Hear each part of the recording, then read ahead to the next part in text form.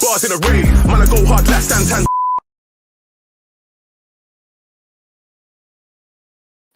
Hello there. Welcome to another Newspapers Order podcast under the Touchline Fracker banner. This is going to be a late recording for us, so apologies if we sound downbeat, drab, down in the dumps. It's not just because our team have lost 2 on the bounce. It is just because we are recording super late.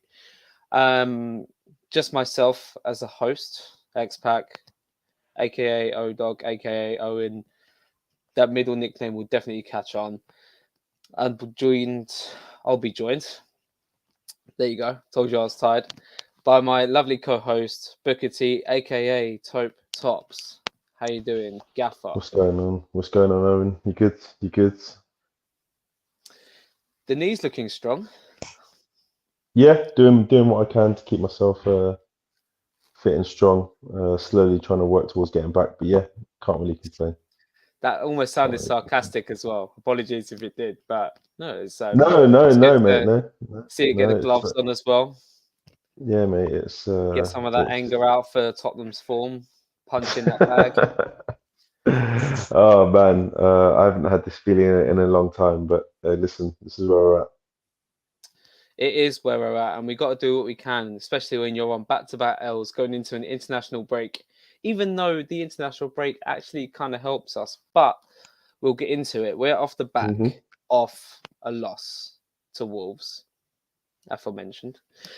But going into it, obviously there was a lot of fallout from the Chelsea game, like Romero suspended, Van der Ven hamstring snapped, Maddison done for the year, calendar year. And I feel like there was one more key kind of injury. Richarlison had surgery. That was it. On his pubis. That seems to be the only region he's scoring with these days. Does seem to love that life, to be fair. He does. Maybe he'll even add some of these women as tattoos on his back. Maybe like lower back or like just anywhere else. Maybe even his face. I mean, he likes getting tattoos of faces, so who knows? What he needs to do is face his front and score some goals. But 80 million, brother.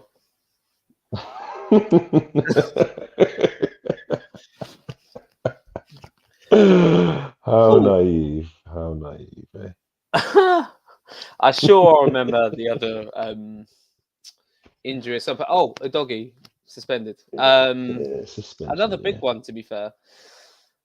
So we're going into this with a very makeshift squad. Was there anything in particular that you wanted to see from the lineup against Wolves?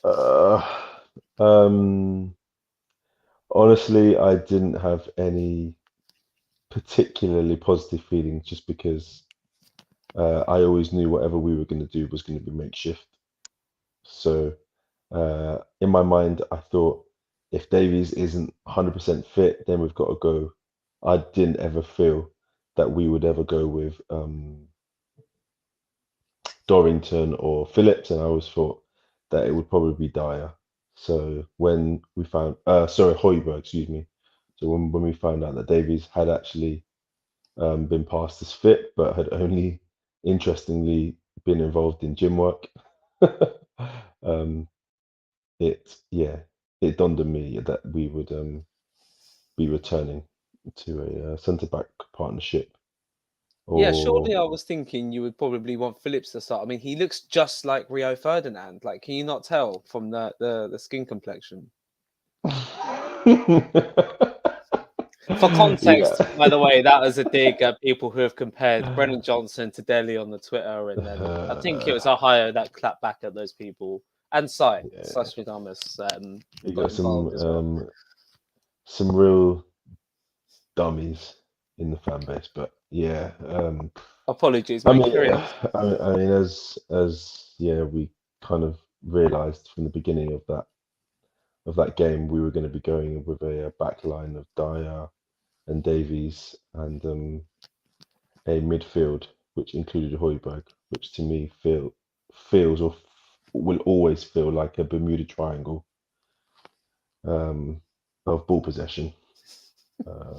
So yeah, that was my feelings. And to be honest with you, a lot of people had said, "Oh, Wolves have not been that good, and we've been playing well." And honestly, for the first, because I rewatched the game again in the week, for the first 14 minutes, yeah, I felt like a lot of what people had said had a fair amount of validity. I felt like we controlled a lot of that play in the first sort of 14 minutes. I felt like we looked comfortable in possession, and we were pulling them out of areas that they were not comfortable in going. Um, but oddly, once that first attack that came um, through the middle, whereby Dyer went to meet one of their midfielders in an attempt, a pathetic attempt, to try and meet the ball in the midfield, to which he left open a gap, and Davies pulled him out of a real big hole with actually a very good block. It all seemed to just go out the window from there. It all seemed to go out the window from there. Yeah, hopefully we don't repeat the same kind of theme on this pod. I feel like we've had a really upbeat, nice first 6 or so minutes. As we did in the Wolves game as well. Obviously, we got the early goal for a really nice, neat bit of play. As for the kind of starting lineups, just to wind it back just a little bit, I mean, I was hearing a lot about Højbjerg potentially starting as a 6. Some corners were even saying at centre back. Definitely didn't want that. I was convinced Ben Davies would make the game because apparently he didn't really even train. So we're giving someone like Ben Davies cortisone injections to play and start a game for us. Hey, it's 2023. Who knows? Who cares? Emerson started left back. Not mad at that at all. I thought it was great for Palace. Porro right back. Great. I wasn't mad at Højbjerg starting as an 8. I've said before, like I think his qualities, redeemable qualities, as few as they might be to some. I thought he could help out there. I thought Bissouma on paper, matching it up against Wolves' new look midfield, I thought he'd probably be on paper again like the best midfielder on the pitch. But we'll get on to that, and then Papsar completing that.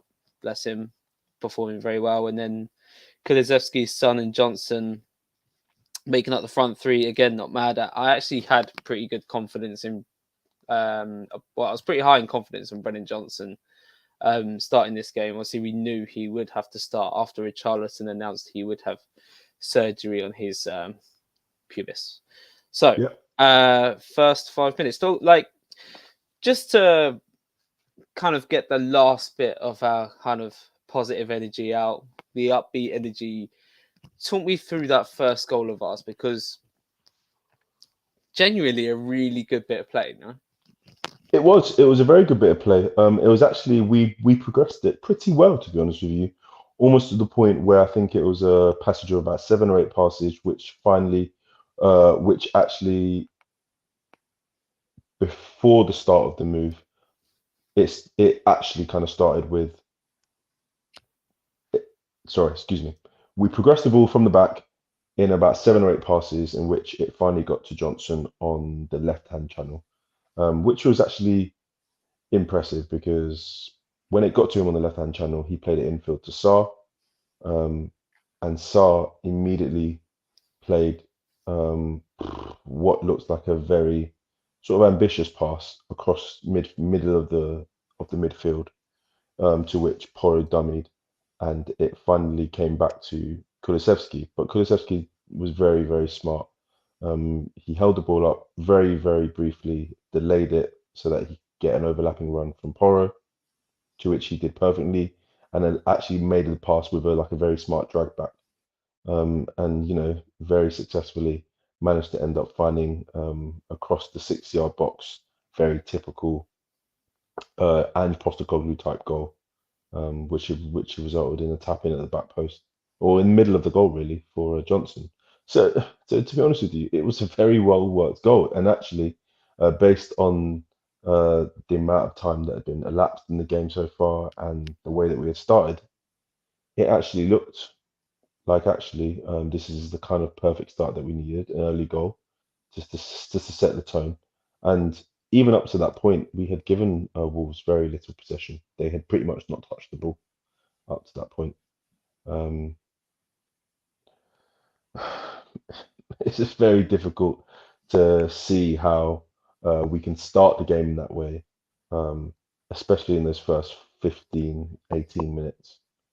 And to pretty much not play in any way positive, in my opinion, for the remainder of the game. It's Yeah, so this is what I um feel really disappointed about, because I knew our defense was pony, but I had confidence in us winning the midfield battle for one, and then if we managed to get a goal up, we'd be able to control the game by virtue of the fact that obviously the opposition will have to come onto us. Like, Wolves midfield isn't the same midfield that usually pack us in the midfield battle game after game for the past, like, what feels like a decade. But yeah, that Ruben Neves Matinho combination is no more. You got Mhm. Lamina there, who's obviously decent. Yeah, Um, I didn't know anything about Bellegarde before he started, and Gomez, who seemed like a tidy player, but again, I've not seen much of. But again, like, I thought Bissouma, Højbjerg, and so would be enough to win that midfield battle, and yeah, it only really felt like Sarr was doing anything in midfield. Um, and it was just disappointing. Like, the early start didn't foreshadow what the game could have actually been. Um, it's it was just weird how Wolves really just took control of the game from then on. Like, it was a case, like, for me, we just didn't. It sounds like a cliche Roy Keane type thing to say, but we didn't win any loose balls first or second at all, no, and there was a lot of favourable opportunities to do so. Like, I felt like we had cornered in their midfielders several times and didn't really give them a passing lane, didn't give them a way to win the ball. The ball was actually more favourable for one of our players to win it, but yet it just evaded us almost every single time, apart from like Sarr on the odd occasion. Um, yeah, just talk me through your thoughts, which kind of played out for the rest of the half. yeah. Honestly, uh, I think there's two aspects of this that I was really annoyed about. First aspect, I just felt like in general, especially as we ended the half, it just felt very uncharacteristic of an Ange Postecoglou side. We were out battled for a lot of the game. A lot of the game we were outbattled. We were second to pretty much everything. We got hounded by their press pretty much whenever they could get the opportunity to hound us, they did. And any sort of mistake that we made, they were able to capitalize in a way that would put them into an attacking sort of area. So that's the first point. And the second point, I think Gary O'Neill's actually a very decent tactical manager. I think, despite us being, in my opinion, what we would say superior in terms of our quality and probably how we were progressing to start the game, I think he set up in a way that put us on the back foot. He knew really where the weak points were. So there was a lot of gaps that they attacked in behind our fullbacks, who were obviously inverted, obviously without Udogi and Emerson, not being 100% at it, and obviously as well with the indecisiveness and indecision sometimes of Dyer and Davies, who I felt initially started well, but as the pressure started to build and I started to see our 6 and our 8 drop deeper and deeper and deeper throughout the game, it kind of made me feel that actually, whilst we are not particularly playing well, the way Gary O'Neill had set up them to play was a real positive way, and you have to give him credit. I kind of felt that he's played fairly well at home this season. I did recently watch the Man City game because I was a bit baffled as to why this Wolves team were able to keep them out, and actually the way that they set up was again very similar to Spurs. They gave them very little space. They made it very difficult in transition, and they constantly flooded the attacking areas, which effectively led to both their goals today and even their goal against Man City on the day that they won. So it's very difficult to sit here and put it down to one specific thing. I think there's a number of different things, but towards that first half, it felt like their goal was definitely coming. It definitely felt like their goal was due. We put ourselves under a lot of pressure, made lots of little errors, and whilst there weren't really clear-cut chances, they were getting into areas that were constantly dangerous, in my opinion. Um, and I kind of hoped maybe in the second half that it would change a little bit, but honestly, it didn't. Yeah, I was just trying to think like if we had It didn't. any kind of prolonged spell of possession, even in the second half. But no, it very much felt like a kind of Conte slash Stellini performance slash Mourinho slash the man who shall not be named because he doesn't exist. Hmm. And it was just really weird and disappointing again. Like we again continue to lose duels. They were very good ball carriers in the midfield. To be fair, like it just managed to create enough space and managed to obviously get their wing backs to trust themselves to bomb forward and commit themselves with little risk of a turnover. And honestly, it didn't feel like we had any moments. And I still remember, I think you must have been at work during the live thing of the game, like how are we playing? And we were all like mutually like, this is honestly horrendous. And not in a way that you would imagine, because I felt like we made a few good defensive actions when we had to, especially Ben Davis, Dyer, like just for the 90 minutes. Made a few good challenges and a couple of decent blocks here and there. Got away with one or two things as well. But like I said in his post-match press conference, they didn't actually have many kind of clear chances. There was a loose ball which fell to Huang Chan that he really should have hit the target with. I don't know how he didn't. It kind of just fell to him. It was Oh, a set piece. And I thought I was just expecting it to hit the back of the net. He missed. absolutely, absolutely. I was expecting that one too as well. Again, like you said, not really massively clear chances, but chances that are just like they're preventable, and we didn't really make it easy for ourselves. I felt like Cunha, he really should have had a number of chances that he should have passed away. Lemina before his goal, he had an opportunity in which he should have Oh, he should have he yeah, he should have should have really shot and he tried scored. to cut it back, didn't he? To Yeah. The striker with the longish name, I can't remember. He had a really, what would I say, point blank header, and he just headed it essentially back where it came from. It's just, I don't know, like sometimes I think about what we look like from a defensive perspective, but then I feel like the game was this this feeling that I have about our defensive setup was massively exacerbated by personnel, massively. Um, whilst I feel like Ange is extremely comfortable and seems particularly okay with giving up certain areas, and obviously, like we know, the numbers have said, the amount of chances and shots we've had on our goal has been a fair number, but I still do feel that like it's massively dependent. Van der Ven, Romero, a Udogi, their ability to close down spaces quick, their ability to play out under possession, their ability to be calm in possession makes a massive difference when you're up against it. And I think on another day, having those three in there make a massive difference to how we would have looked.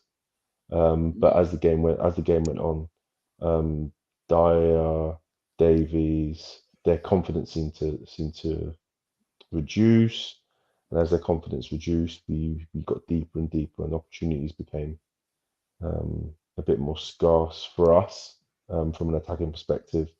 And it was weird because I kind of felt up to the 90th minute that we might nick this. I managed to get home for that little sort of middle part of the second half, and I looked at the game and I was thinking, if we nick this, this is not a bad result. So the passage of play that led to the goal was just, don't know. Before we get on to that, I want to talk about Basuma. And Yeah. I agree with you where we definitely miss the centre backs, especially when it comes up to not just our defensive actions and holding a high line, but obviously just being able to play out from the back. Mm-hmm. We lack that a lot with Davis and Dyer, but Basuma, who has been kind of having a bit of a drop in form recently, even with Van der Ven and Romero playing. What did you kind of make of his performance versus Wolverhampton?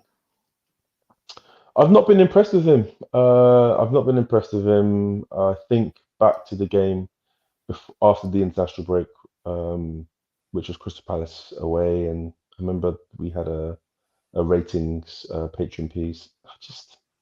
I don't know. At this point in time, I've read lots of stuff and listened to lots of stuff, podcasts and news things, and sometimes I can't really work out where I am right now. I can't work out whether he is carrying an injury or whether this is just a drop in form. But ever since that game, Crystal Palace away, he just hasn't played well. I don't think he was very impressive in the Chelsea game. I don't think he was very impressive in that Crystal Palace game. I don't think he was very good again in this game against Wolves. I'm a little bit upset just because I feel from a build-up perspective, him and Madison have always been massively important in our first phase progression, and especially with Madison not being available, and him obviously doing what he does in terms of coming deeper to receive the ball in between the defensive and the midfield sort of thirds. I was kind of hoping that because of his press resistance and his ability on the ball, that he would have maybe taken a bit more of an onus um, in possession to try and help us build. But honestly, he didn't. He didn't, and that I felt like that played a part because obviously without a player like Madison, you kind of want to make sure that you're in a position to be able to actually build up in the first phase. Um, but if you're not going to do that, and I don't particularly trust Højbjerg's ability to do so, and I don't feel like Sarr is a first phase player. So to be honest with you, the onus was on Davies and Dyer to play out from the back and break lines with their passing, or for them to use someone like Basuma. And disappointingly, you know, he just didn't perform. On top of that, he got himself yellow carded, so he's suspended for the game against Villa at home. So it just compounds again a lot of the form that I've kind of seen from him. Like I sometimes as well, I'm not sure whether I'm watching him underperform at the moment because in beginning part of the season, I felt like he was performing very well, almost overperforming. And I'm looking at him now, and I can't work out what his level is because it feels like he started really well. And I feel like this isn't even like an average performance he's giving us. He's giving us, in my opinion, poor performances, especially because of what the six is required to do. So Maybe a theory could be that he was almost a forgotten commodity to opposition teams, and then like the first 4 or 5 games of the season, like, oh shit, like this guy can play, like we almost forgot. And then they've actually made concessions to deal with him and well, this limit is it. our You build see, up now. this is why I Maybe. think no, like I actually agree with this as well. And this is again another point why I feel like Gary O'Neill, I think he's a very astute tactical manager.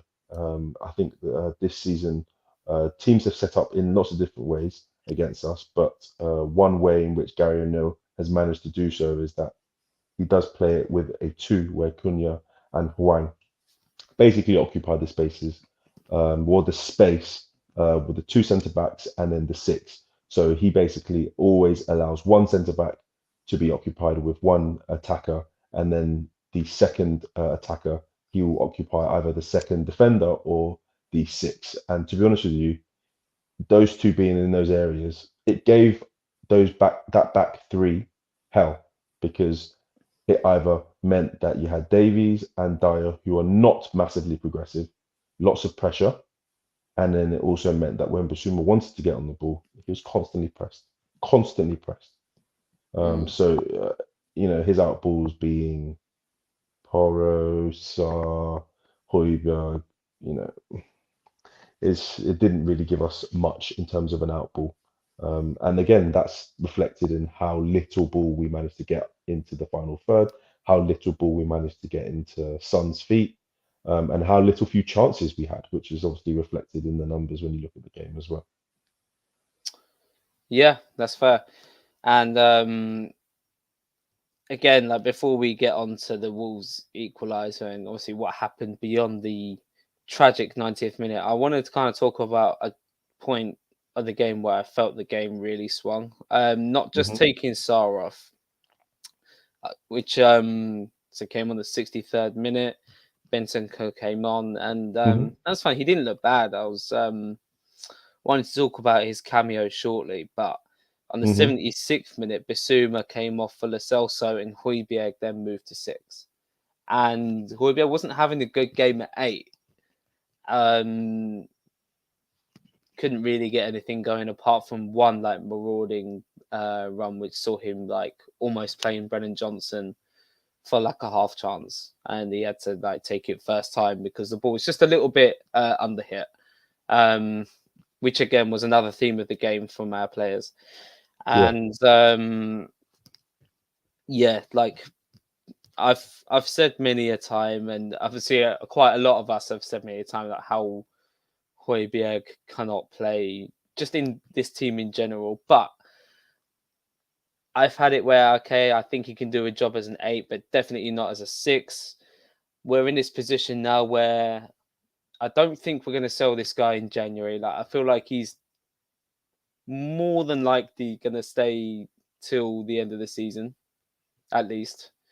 And I just wanted to get your honest thoughts on him. Obviously, you see him like slandered from pillar to post. It is fun putting it on Tobias as his boy. But just that aside, like, what are your kind of just honest, general, overall thoughts on the Viking? I just think he's a very poor player. Like, I think he once had a role. He had a position in which he played for us. He was trusted by Jose, he was trusted by Conte. But like when you see him in roles like this, there's lots about his game that can be really looked at that you're like, how many times am I going to keep complaining about this? How many times am I going to keep seeing this? For someone who is supposed to be so experienced, the amount of blame that he has to pass, the amount of responsibility that he shows, it's baffling at this point.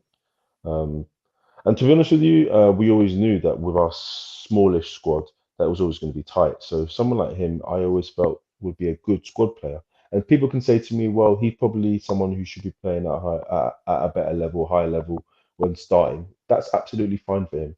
But for where we're at now, I don't think he's at the level where he should be starting for us. And unfortunately, this horrible situation that we've had with our injuries has led us to this. Personally, I don't think he was very good as an advanced sort of 8 against Wolves. And when he went into 6, again, you watch him, you watch his defensive actions, even his movements on the ball as well. You kind of question it, especially as an experienced pro. You're looking at the moments in the 90th minute when, we win the foul and you want him to slow the game down, take a moment, put your foot on the ball. You tell this to 15-year-olds on a Sunday, and he gives the ball immediately away to put us under more pressure. That short free kick is horrendous, and especially when you think back to, not only is he being coached by Ange now, if you go back to early on in his career, this guy used to be coached by Pep. How is he making these decisions?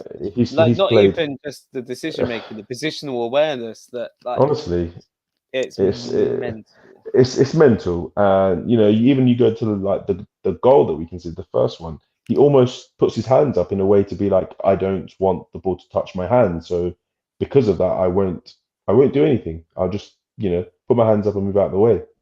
Uh, Lots of different things about this player, but at this point, I think this is where we're at, Owen. We have got our squad is on bare bones, and this is just where we're at with the squad. We can't really be, the old saying, beggars can't be choosers. This is literally who we have that's left, and I don't think Ange will be in a position to let him go in January, just because we already know that the constraints the squad's going to be against with the African Nations Cup. We already know that Madison's out for a significant period of time.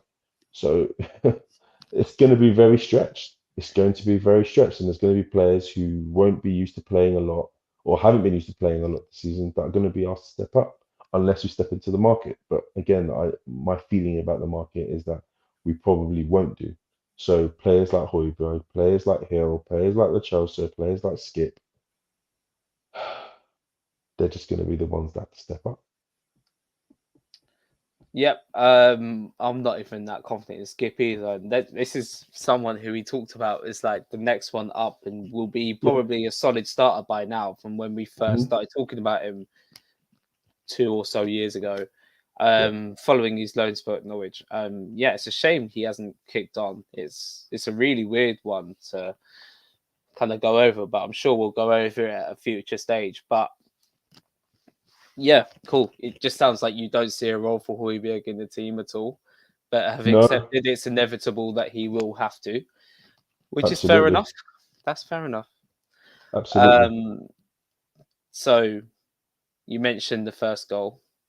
They're in that assessment of Højbjerg.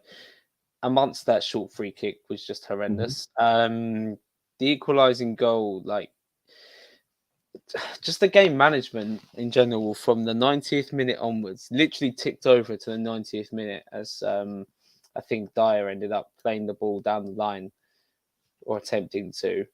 How would you break down that goal? It's disappointing. I'd say avoidable as well.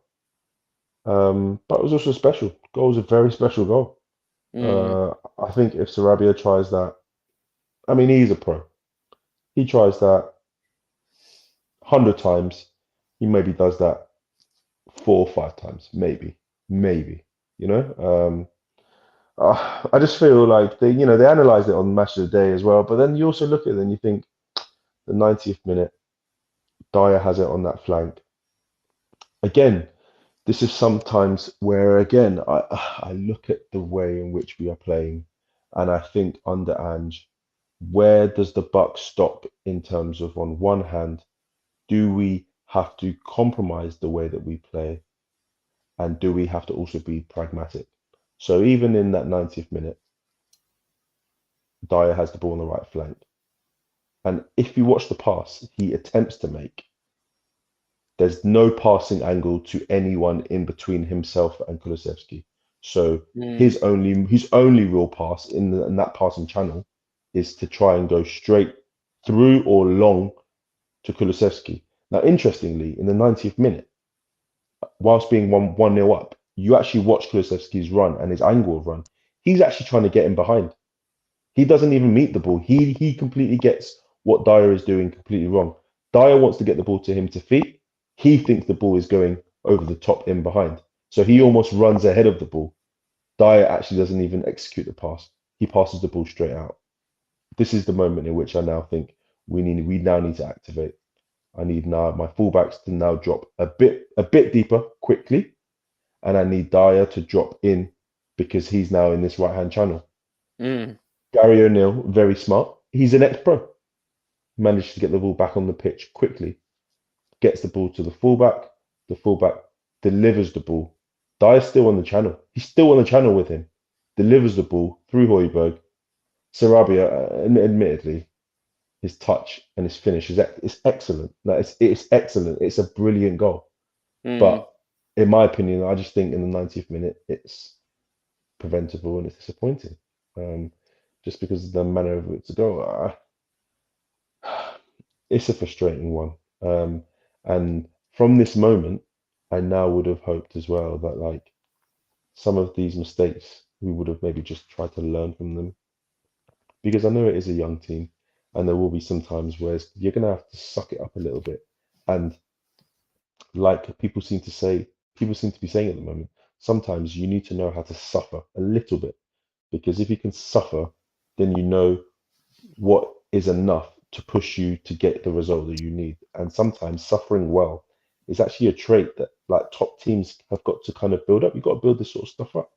Yeah. But it feels like as a young team, we're not suffering well. And every time we do get into a spot of bother, it's actually being fairly detrimental to us. And detrimental even further, perhaps. Absolutely. Absolutely. To the point whereby you're going into a game thinking you've had all these number of suspensions and you've had all these injuries, and you almost come away with the game. But in 6 minutes of utter chaos and utter madness, in which I think we really do not thrive, we really do not thrive. Um, we can see two goals in which, again, arguably are massively preventable. Massively preventable. Mm. The fact that Lamina goes through un unaided, there's no pressure, nothing. He goes through unaided. It's just But it's just a it's just sequence of play that even led to that action, which left me scratching my head every time I rewatched it.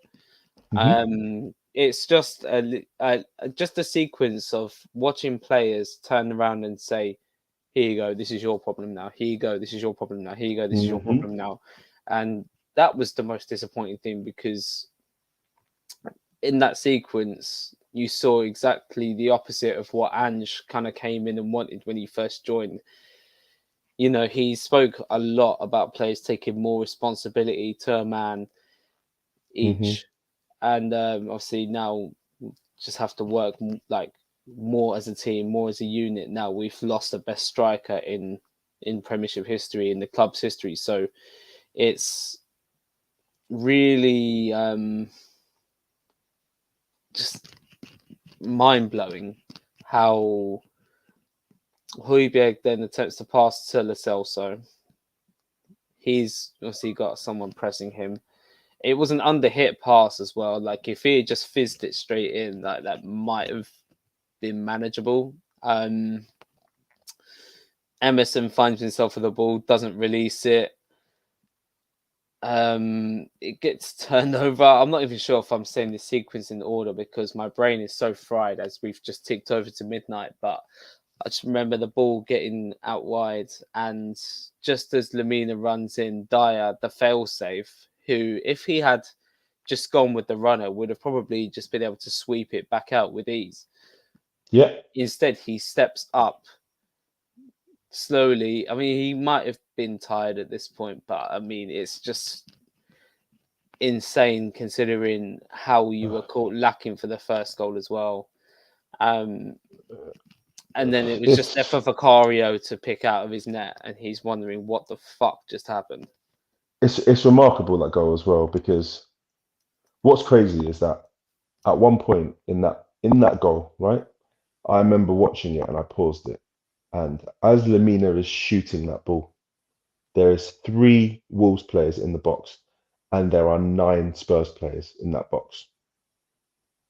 9. There are 9 Spurs players in that box. As the ball is entering the net, there are 9 players in that box. And I'm looking at it and I'm thinking, you have 5 of them pretty much next to each other. Pretty much next to each other. You have Dyer, who's just behind Lamina. You have Porro, and you have Vicario on the back post. And then in the middle, you've got Doherty, Cunha, Bentancur, and on the left, you've got Wang.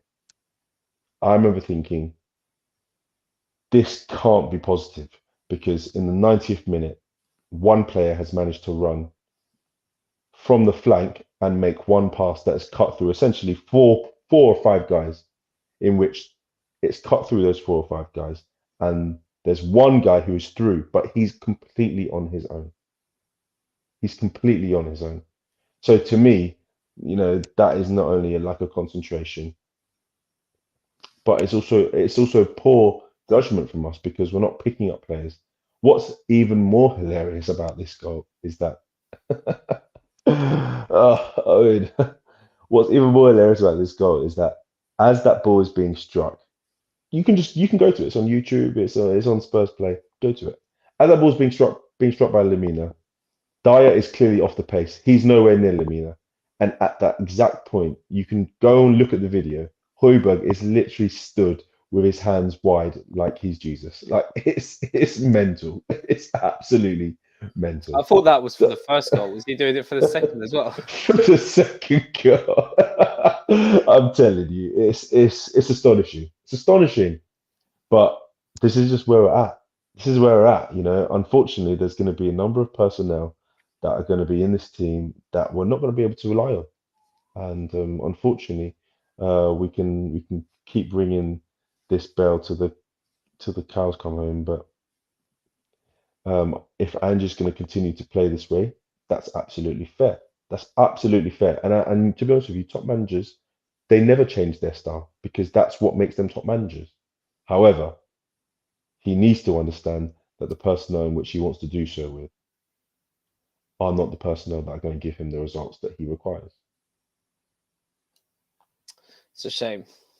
And ultimately, we chucked away all 3 points, even though we didn't deserve any points. It was just the manner. And yeah, I'll just have to just say Wolves deserved it. I mean, if you include injury time, they outplayed us for 90 plus minutes Yeah, straight. They did.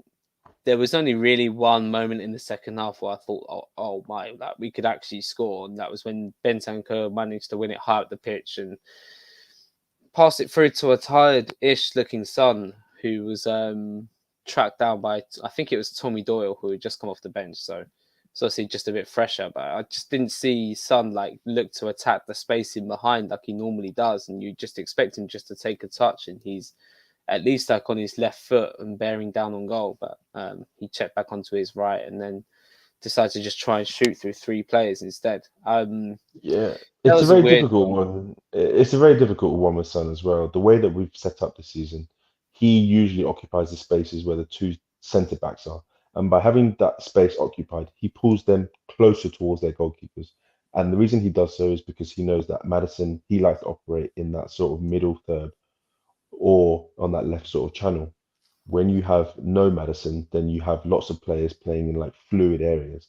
But if you don't even have anyone whose primary role is to receive it in between those lines and to get the ball to him, then it almost feels like he's aimlessly running, aimlessly pressing, and then when he gets the ball, he's probably too tired because he's been pressing and he doesn't have many people around him, so he's often isolated, forced to cut back, forced to come back from an attacking run that he's made or an attacking dribble that he's made.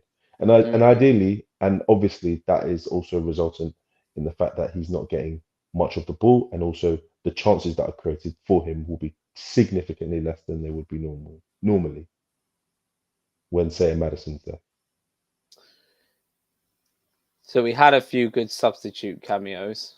I wouldn't hmm say good performance-wise, but was there any stock that you took out of any of the cameos from Lesotho, Hill, and Ben 10, which made you think, okay, let me see something more against Aston Villa?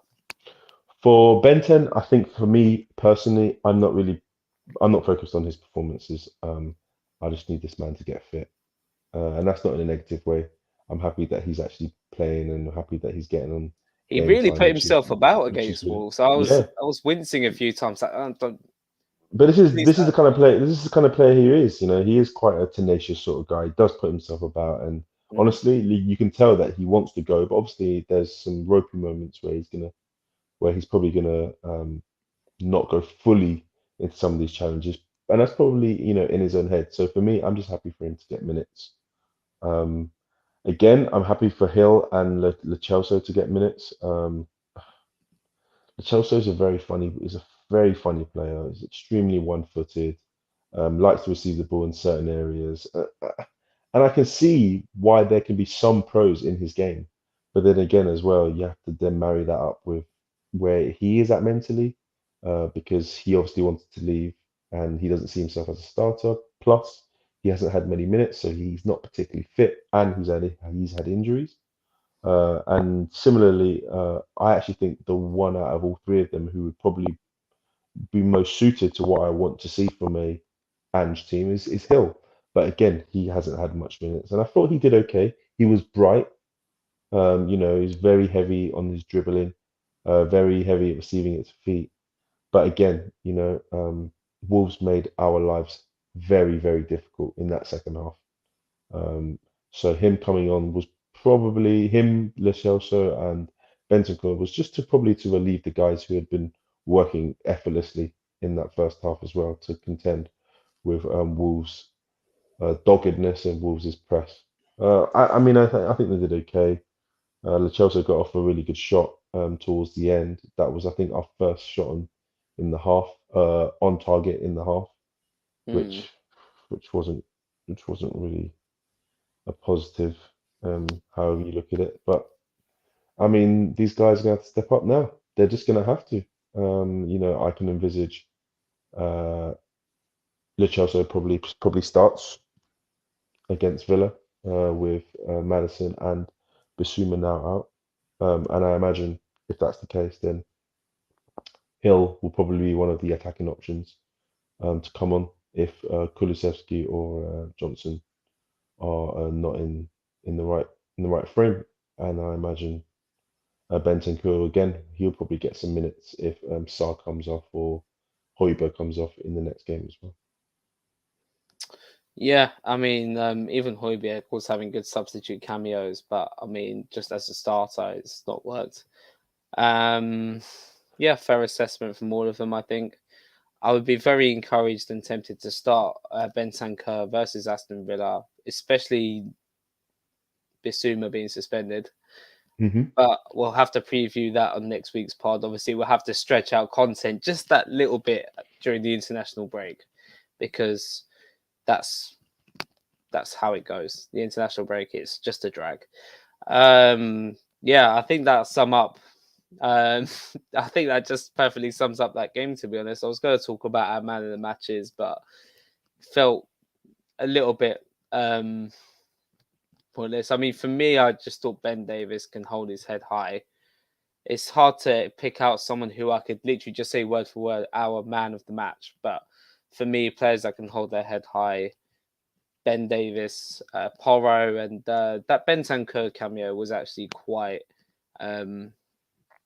encouraging, purely just because he was really, as I say, like putting himself about a lot. He had moments of quality on the ball. Hmm. Won it back a few times and nearly got an assist, decent assist for Son. Was there anything you wanted to add to that? No, it's a frustrating one.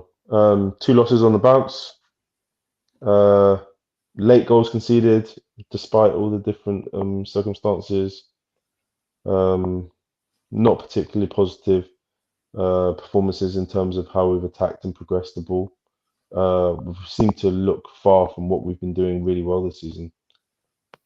And like I mentioned in the group, but I think we need a win. We need to somehow get a win against Villa. Mm-hmm. Somehow. It's I wouldn't want to say it's going to put us under pressure somehow, but sometimes, like I said, you need to suffer, even if it means suffering just a little bit. Suffer well. Don't come out of this. It's very easy for us to come out of this stretch of games, and some people could Mm. say it's easily to leave with no points. But I think we need to like similarly. There was a game last season that we did where we form um, towards the end of the season, going into Brighton at home. And honestly, I remember thinking, oh, we might get hammered here. And we managed to get a win. I mean, we had some fortune in that game. Some decent decisions went our way, but we suffered. Brighton, a very good team, and managed to get ourselves a win that day. So, touch wood, we need to rubber the green a little bit, similarly to that game against a very good Villa side. I mean, a very good Villa side. Uh, a top Villa side, you could say. They're calling Emery at the moment on form, the third best coach in the league. Yeah, his renaissance arc is something quite cool to see, and then you realise they're actually going to be our rivals to qualifying for Champions League football next season. Absolutely. It's a very, very tough game. Same number of games played. They've had Europe as well. They've had Europe even on top of that. They're on 25 points. We're on 26 points. So to keep ourselves, close to the pack, we want to win that game. We want to win that game come Sunday, once the international break is done. You confident? No, I'm not confident. I'm not confident, but I feel like at home, we've got some credit with the fans. I feel like the Chelsea game would have given everyone a bit of confidence in terms of how the team fought. And I feel like Villa aren't as strong as they are at home. Away from home, I don't feel like they are as strong. At home, they're extremely formidable. And I feel like we've been pretty formidable at home, despite the chaotic manner in which we lost against Chelsea. I felt the first 20 minutes, oddly again, was very, very positive from us. So I'll be interested to see how we get on against them. Yeah, it'll be interesting to see how we start and how we sustain if we can start well. But no, thank you for a few of you who tuned into the stream. Thank you to those who are going to be listening. If you are still listening, be sure to still check us out on our TikTok, on our Instagram, as well as our Twitter /X at New Spurs Order. Shout out to JZR Productions and Coach Dave helping out with that content as well. They're just putting it out at such a high clip at the moment. I can barely keep up myself, but please feel free to check it out. Shout out to Tops for joining me on this late Friday evening. You're a good man. You could be doing many more things on this Friday evening, but yet you're here holding your thoughts on Spurs, and we'll always commend you for that. Thank you, always. And yeah, obviously be sure to catch the audio every Saturday morning. And for now, peace out, and come on, you Spurs. Please don't get any of our players injured on the international break. I beg. Peace. Bye.